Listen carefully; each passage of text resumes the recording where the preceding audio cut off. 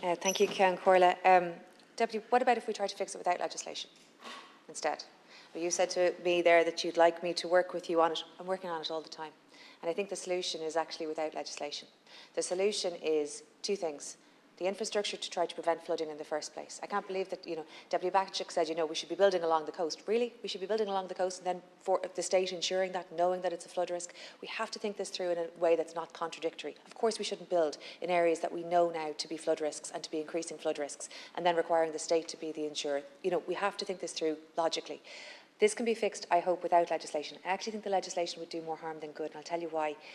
We're looking for more insurers to come into the market to provide competitive insurance in the broadest way possible, to cover as many sectors as possible at the most price-efficient way for consumers and for businesses. That's my objective. I have zero interest in how well insurance industry does. I'm quite happy that they employ so many people in Ireland. I think that's a really good thing. I'm quite happy that we have such a big international insurance, that we are doing most of the insurance, for example, for different countries around Europe without really anybody knowing about it. Those are really good things that are happening from an employment perspective. But I'm not here to support their profit line. I'm here to make sure that people actually get insurance. And I think that if we introduce legislation that interferes with the commercial decision-making of insurance companies or any other company, that instead of having two new insurance companies come in, that decisions being made at a global level look at Ireland and say, that's interesting. You're now going to interfere in how we make risk assessments in a way that goes way beyond any other country and is in breach of EU law. I'm not sure that we'll maintain our operation there or our service level. Actually, we do fine in France and Germany and so on and so on. So I want to make sure that we retain our existing insurers, that we get more in, and that I have then the best capacity to say to them, hey, hold on a second, we've done all of this work. We have all of these maps. There's absolutely no reason for you not to provide insurance in these different areas. And I'd rather be having that conversation than a conversation that reassures them that we're not going to interfere in business decision making. It's not a question of being able to fix technical amendments at committee stage. It is in breach of EU law. It is not constitutional.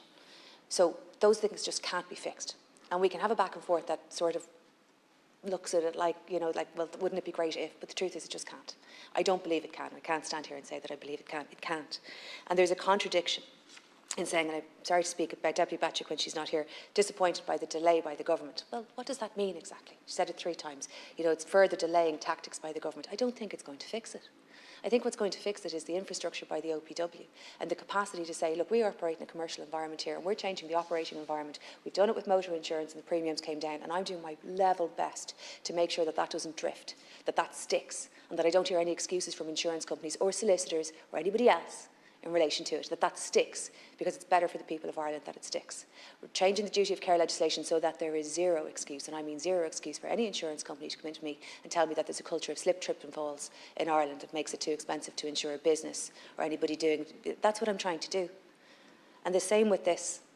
We have a problem with relation to flood insurance for a very small number of people. For those people, it is the biggest problem that they have and the risk that they have, but it is a small portion of the market.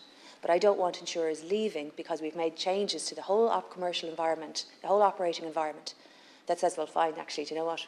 We weren't so sure about Ireland anyway, and we're thinking of consolidating in Eastern Europe, or whatever it happens to be.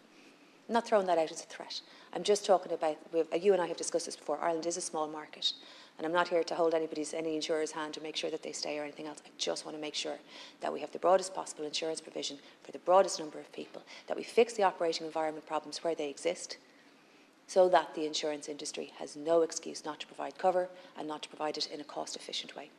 I think it is important to recognise that 97% of all property insurance policies include flood cover, that 92% of those with fixed flood defences have flood cover, that 72% with demountable flood defences have flood cover, and 81% in a combination. You can do the maths. That's very clear.